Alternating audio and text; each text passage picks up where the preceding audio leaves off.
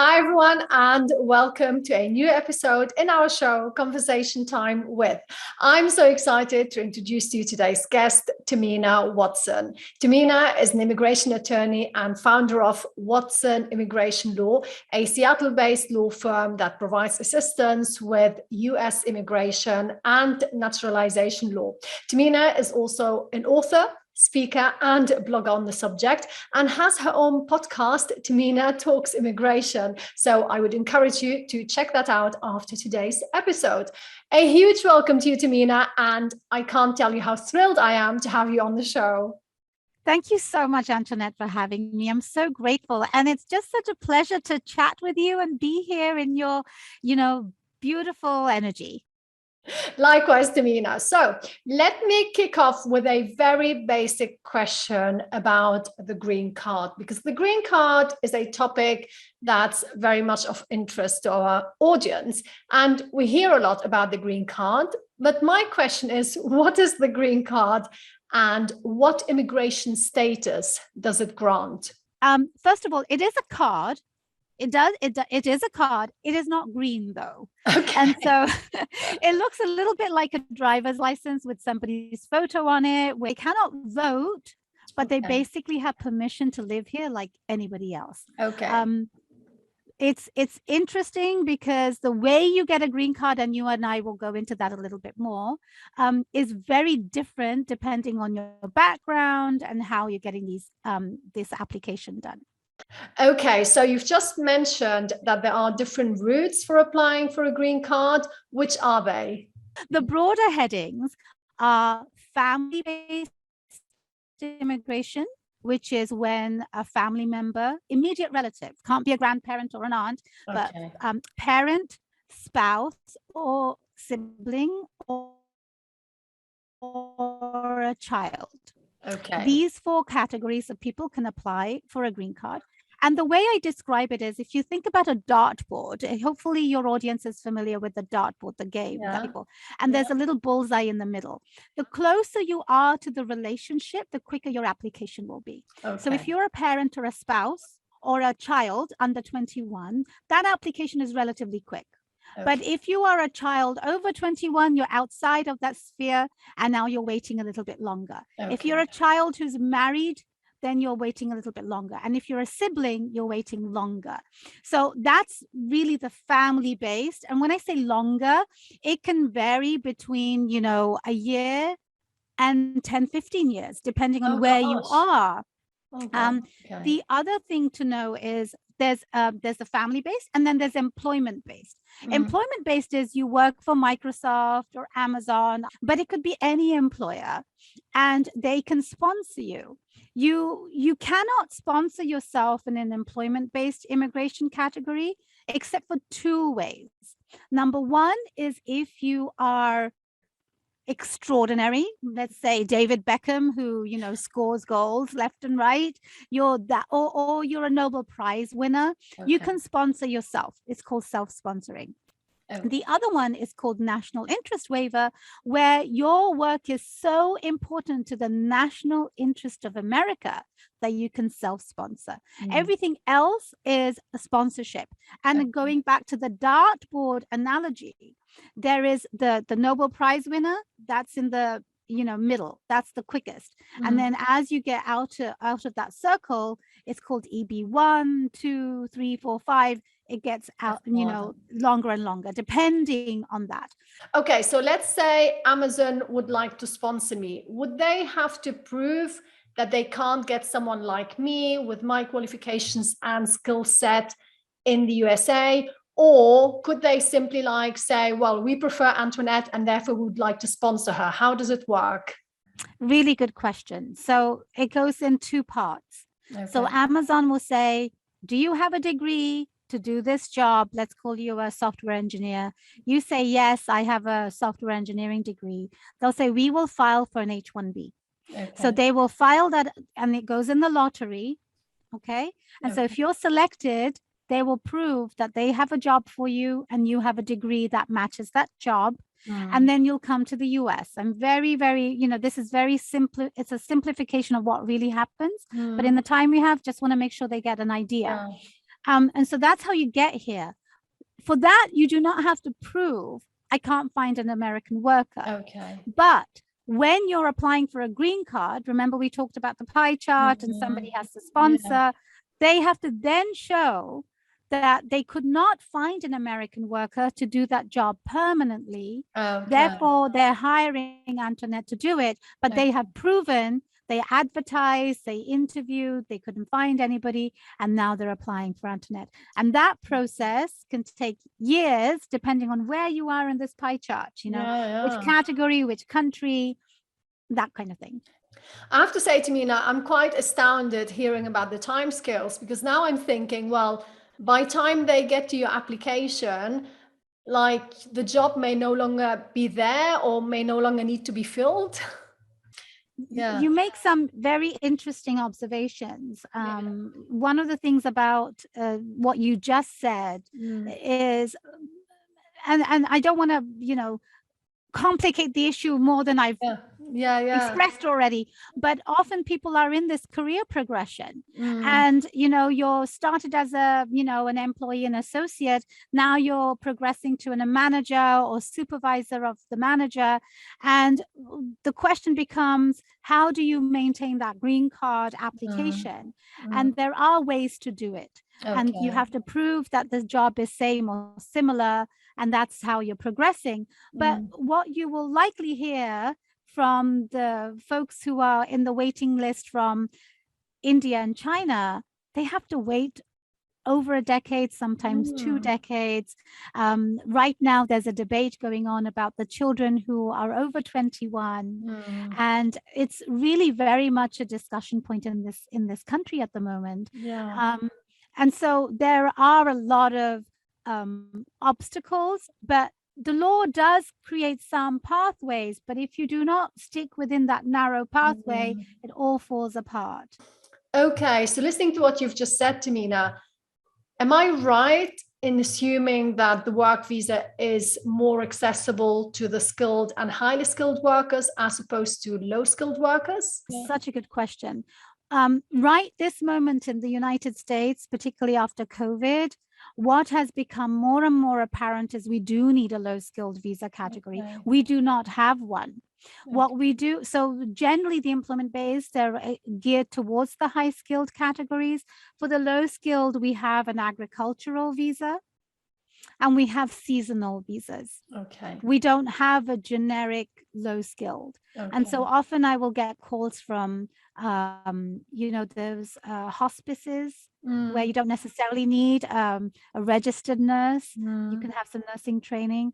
They can't get people. Often I work with resorts, you know, they call me and say, I need somebody for this, and you can't get them. It's not easy to get a chef for, you know, authentic food, for example. So in a nutshell, no low skilled visa. Okay, so these are the family and the work categories for the green card. Which are the other categories? The other categories are humanitarian categories. There's the asylum, diversity visa, refugees. And so they sort of fall into this sort of humanitarian category, if you like. The other thing to know about immigration in the United States is that there are caps, there are quotas, meaning that there are set numbers for each of these categories. So for family-based, a minimum of 226,000 visas are given out each year. That's a minimum. Minimum. Maximum is about 460, I want to say. I can't remember that number.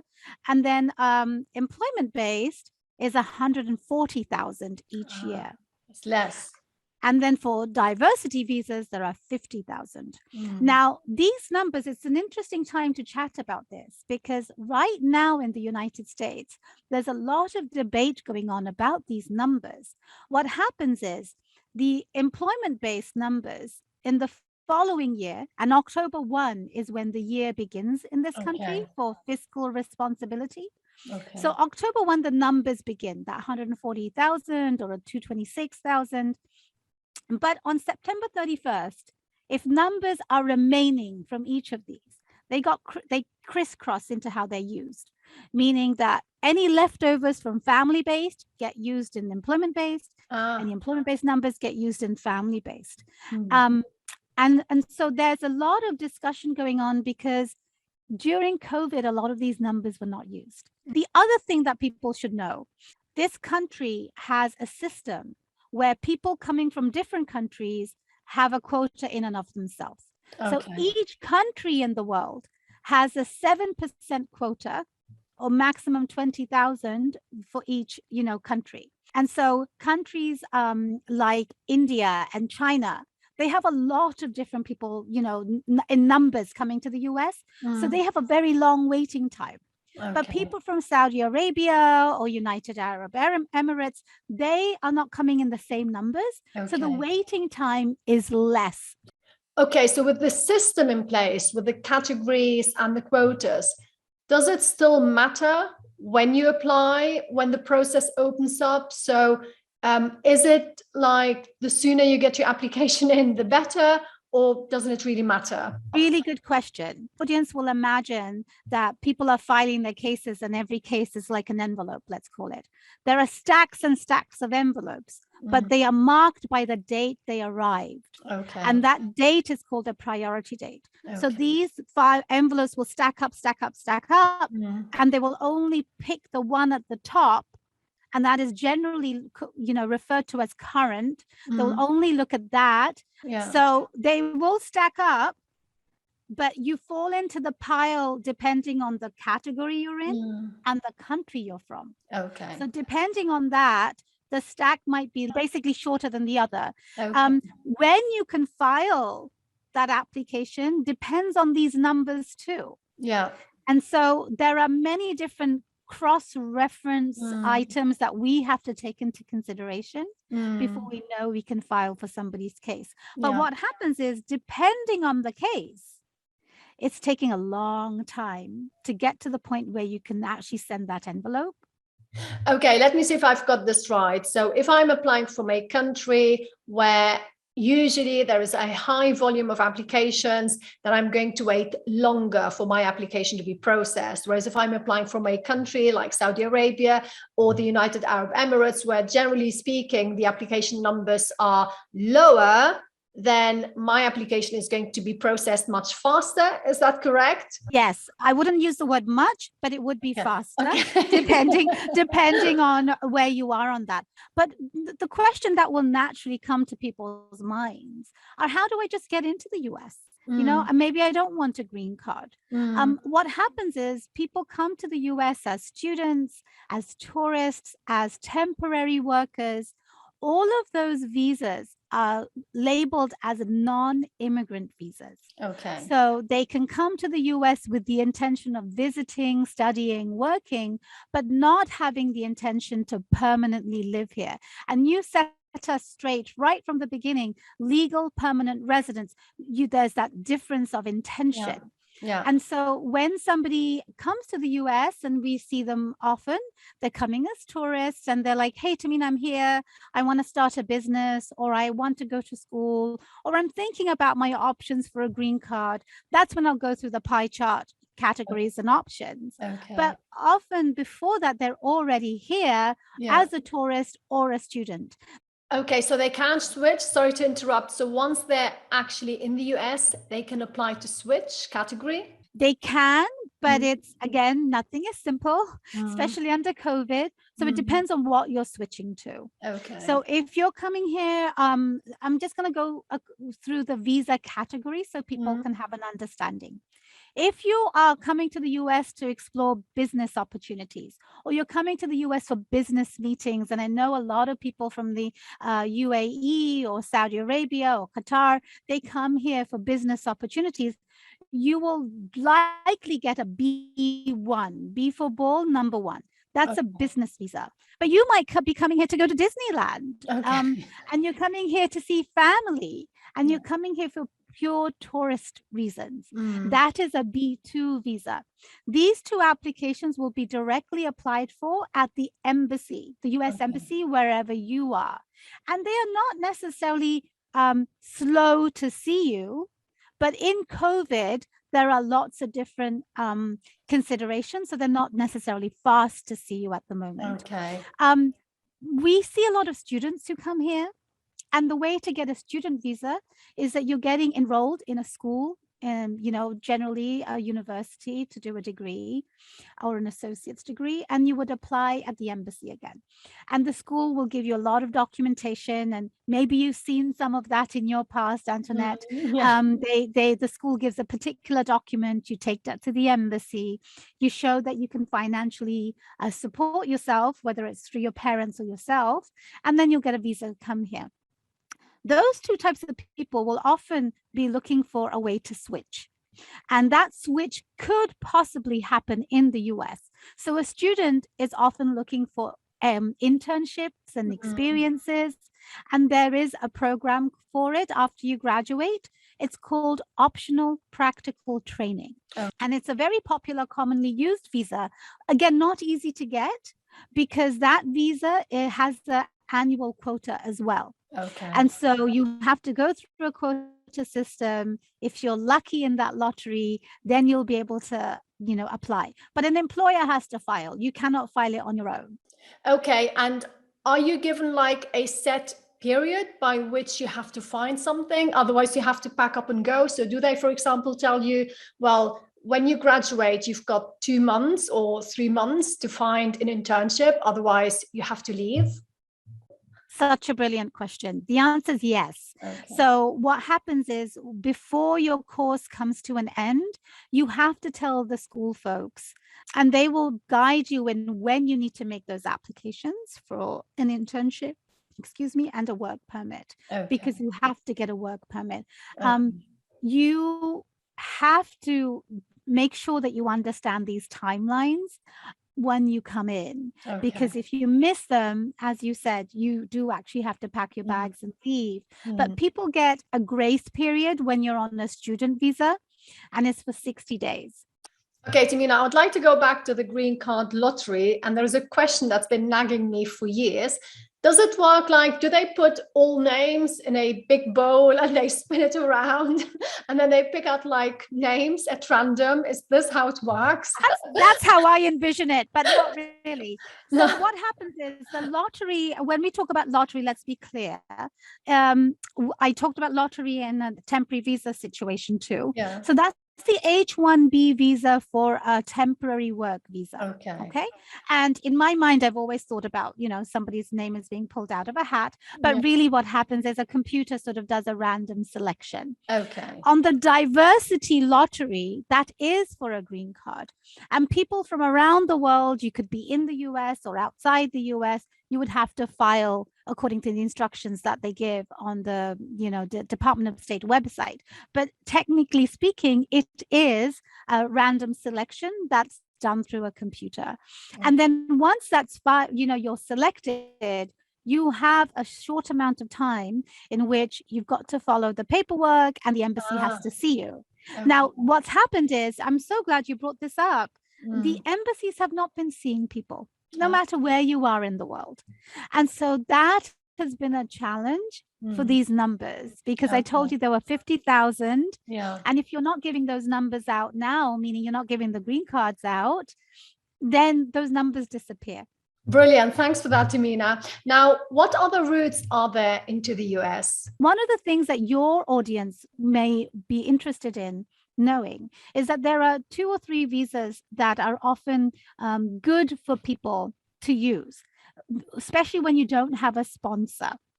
Now, I do know that there are lots of businesses in the Middle East, and if you already have a business, you can transfer yourself to the United States to open a branch of your business. And that's called an L visa. And L for lemon. And it allows you to get here relatively quickly. There's a lot of work to do to set the US branch up and to show that you're going to be doing the same type of work.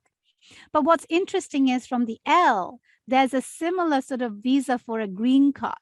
And that's sort of in the center, of the bullseye that I mentioned, where you file and you're sort of not waiting necessarily. It's just how long it takes for it to process.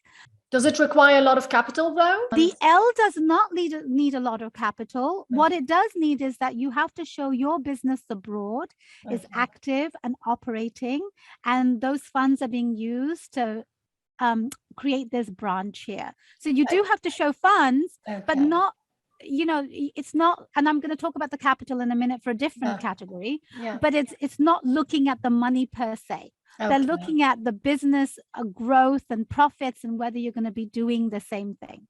Now, you mentioned capital. It's a very good word to use to segue to the next one. So your audience might be interested in something called an EB5.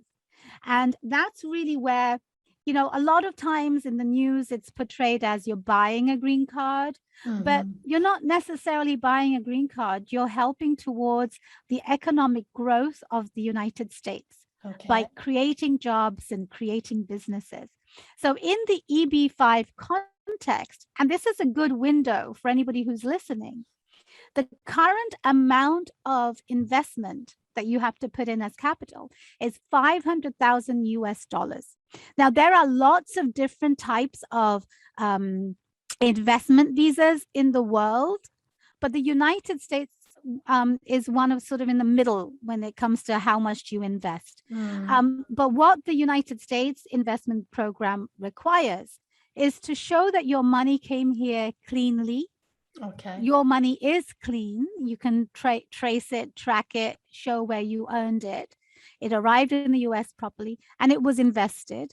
And then you have to prove that in 2 years' time, your business is going to create 10 jobs. And, you know, a lot of people, there are 2 tracks for that. I'm not going to get into that complexity of it, but it's a really good visa for those who want to be able to come here without worrying about who's sponsoring me, when am I going to do this, and who's the typical person who does this. The person who typically files for an EB5 is the person who has the funds to have a vision of what they want their future to look like. And often that future is about their children so that they can come to the US, be green card holders and citizens and get a US education. So often it's individuals who have the funds, their children are under 21, often they're in their, you know, minors or maybe teens, because this processing time takes about 2 or 3 years. And so you want to make sure that your children are not 21 if you want them to have that benefit. But one set of 500,000 gets the entire family green cards. Okay, let me see if I've got this right, Tahmina. So you apply for the EB5, and if your application is successful, you get the green card. But one of the key conditions for the green card is that your business venture creates 10 jobs in the US within 2 years, right? But when you get the green card, you wouldn't have yet met that condition. So how does it work? Do they give you the green card kind of based on trust that you will meet this condition, or how does it work? I love it. That's such an important question to ask. You've hit it on the nail. Yes, there's a lot of trust because you are showing with paperwork and a business plan that you will create these jobs. So based on that trust, the government will give you a conditional green card, only valid for 2 years. And then 2 years later, you have to show, here are the 10 jobs. Thank you very much. And then they'll give you a permanent one. It becomes permanent if you've met those conditions. Okay, this is such an important route to know about. Thanks for that, Tahmina. I would like to go back to the green card lottery and just a question about the process. So do you have to register somewhere first, and then if your name gets picked in the lottery, gets picked by the computer, then the whole application process kicks in and the visit to the embassy, etc.? It should generally follow thereafter. But you have to wait for the embassy to call you. And that's where things are not necessarily working at the moment. Okay, forgive me for like a really basic question. That's just my lack of kind of imagination. So if I'm interested in applying for the green card lottery, do I have to register my name on a specific website somewhere in order to be picked, in order then to be able to apply? So people should visit the Department of State website, so US Department of State.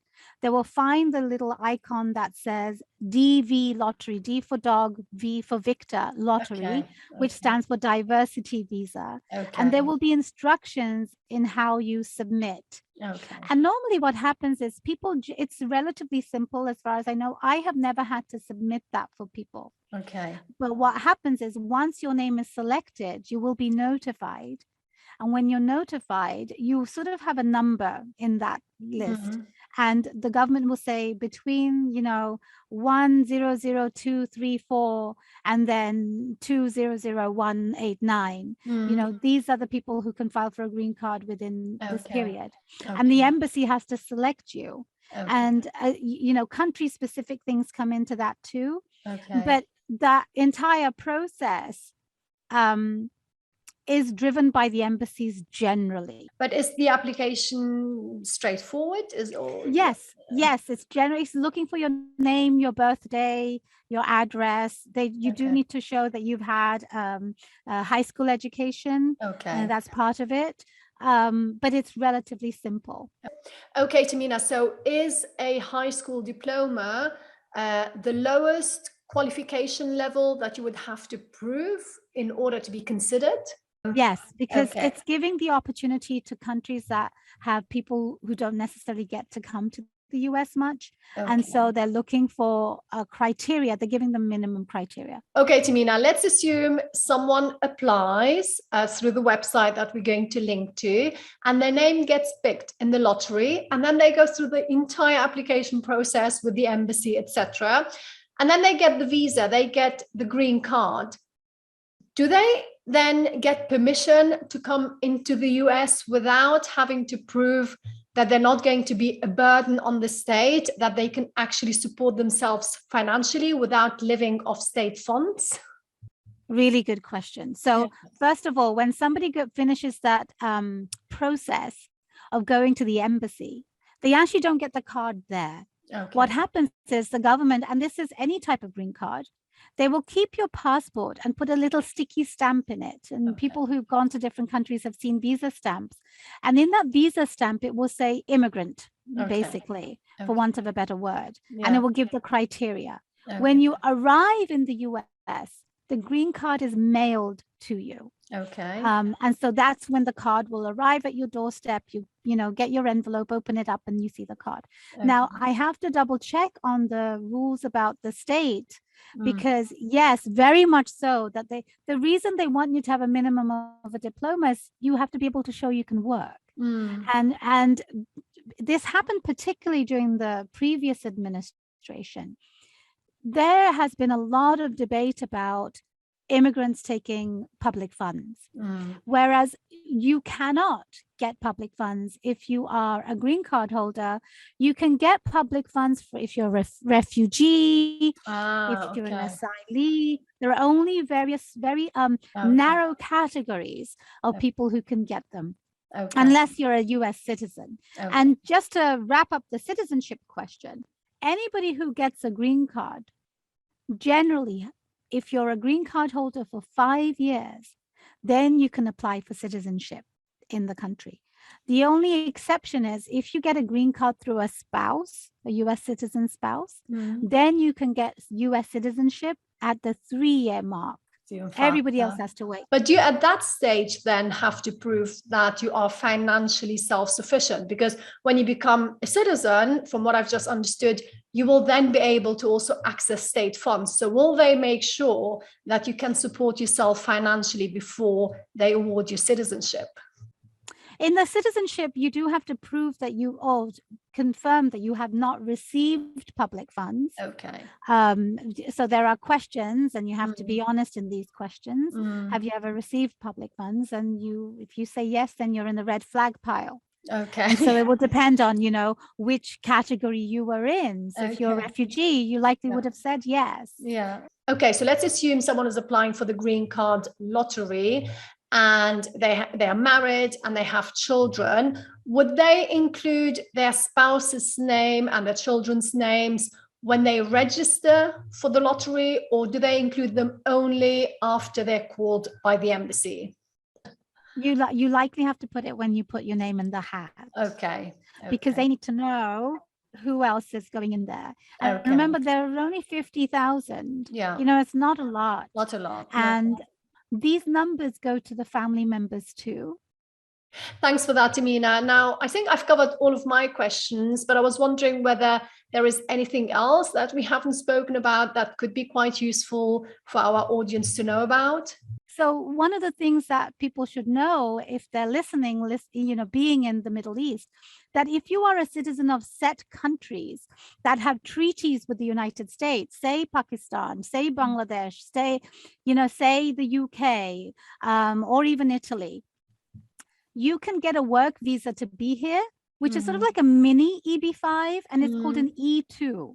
Okay. So if you invest $100,000 for a business, and you do not have you don't need an existing business wherever you are, it can be a brand new business, that will allow you to get a visa to work here. Okay. And the Department of State also has a link, you know, a list of those countries. I'll make sure you get that link to just put in.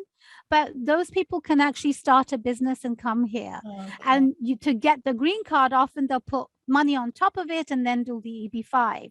Because the E-2 is relatively quick to get to the US, beginning to end maybe 6 months, depending on how quickly your business can get up and running. But the green card, of course, you know, you have to be in that pile and you have to be selected, you know, it's just a long time. So strategically, what we often do with clients is have a roadmap.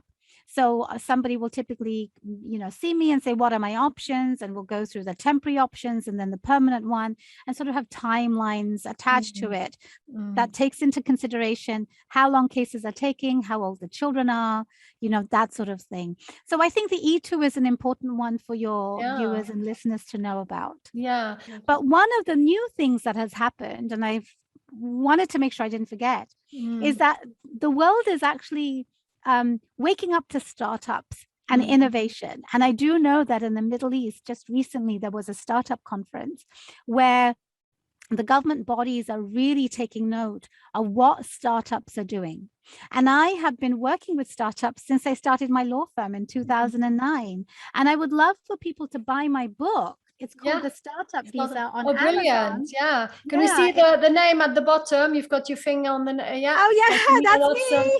Is that like on Amazon.com that people? It's on Amazon.com. Yeah. Brilliant. Yeah. I've actually written 2 books. I'll show the other one in a minute. Lovely. But one of the things about this book is arguing for a visa category in the United States for startup founders. Okay. We don't have one, but President Obama has left us with a rule, and it's called Entrepreneur Program, which the Biden administration has really revived.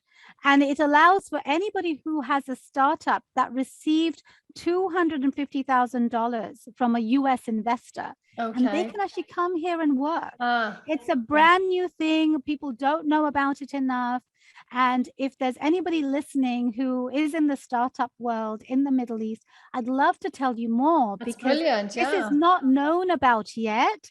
And these applications will really change the face of startups because it allows that startup founder in any part of the world to actually come to the US, learn more, grow their business.